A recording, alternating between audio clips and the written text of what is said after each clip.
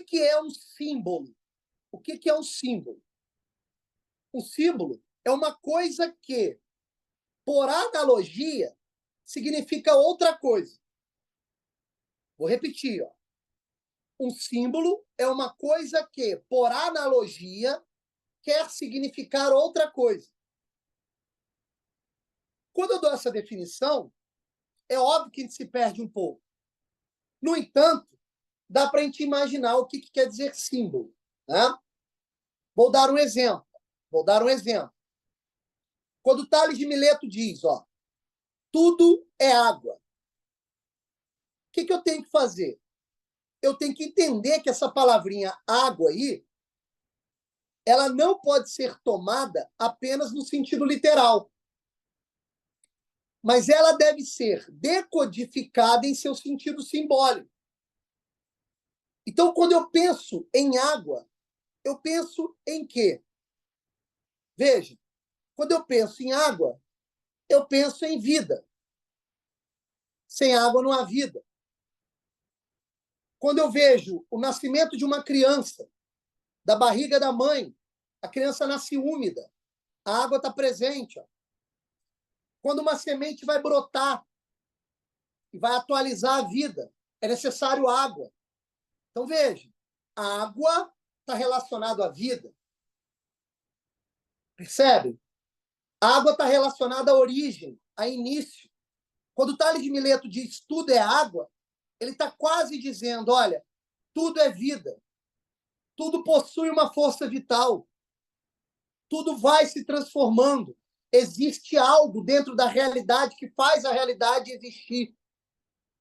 Então, veja, aquela frasezinha de 3 palavras, tudo é água, ela começa a ser decodificada e apurada pela leitura simbólica. Percebe? Ou quando Heráclito diz, um homem não pode descer 2 vezes no mesmo rio. É óbvio que ele não está falando da experiência literal. Ele está nos convidando para decodificar isso simbolicamente. Não é isso? Como assim um homem não pode se banhar 2 vezes no mesmo rio? O que Heráclito quer dizer com isso? Aí você tem que se esforçar. Vamos lá, rio. Rio é o quê? Rio é água corrente. Então, são sempre águas novas que passam pelo rio. Então, quando o homem se banha no rio, sai e se banha de novo, sendo novas águas, ele já está tendo uma nova experiência. Já é um novo mundo, já é uma nova percepção. Então, veja, na medida que você vai percebendo e decodificando essas sínteses simbólicas, você vai percebendo a profundidade desses pensadores. Então, você começa a perceber que eles não estão de brincadeira, que o que eles estão dizendo com esses pequenos excertos, essas sínteses simbólicas, é algo de muito profundo, que nós temos de nos esforçar para poder compreender. Percebem a questão? Veja que o símbolo usado dessa forma, ele necessita que o leitor use a imaginação para decodificá-lo. E aí você vai perceber que em cada pré-socrático, símbolos novos vão aparecendo. E a coisa vai tomando uma proporção que dificulta nosso entendimento. Então, da mesma forma, por exemplo, que o Tales de Mileto diz, tudo é água, Heráclito diz, tudo é fogo. Parmênides diz, tudo é ser. Anaximandro diz, tudo é infinito. Veja, cada um dos pré-socráticos vai realizando um esforço para achar algum símbolo que dê conta da experiência rica que ele teve. E é óbvio que isso causa confusão. Na medida que você vai lendo os pré-socráticos e vai comparando um com o outro, você vai dizendo o seguinte, mas, meu Deus, cada um fala uma coisa diferente. Será que eles estão debatendo entre si? Será que um está contradizendo o outro? Veja a confusão que isso causa. E essa confusão, essa dificuldade que nós temos, vem da linguagem, que é extremamente simbólica. E por que ela ainda não é conceitual? Porque esses símbolos que eles estão usando, eles ainda não se estabilizaram. Um símbolo, quando ele se estabiliza, aí ele vira conceito. Percebe a questão?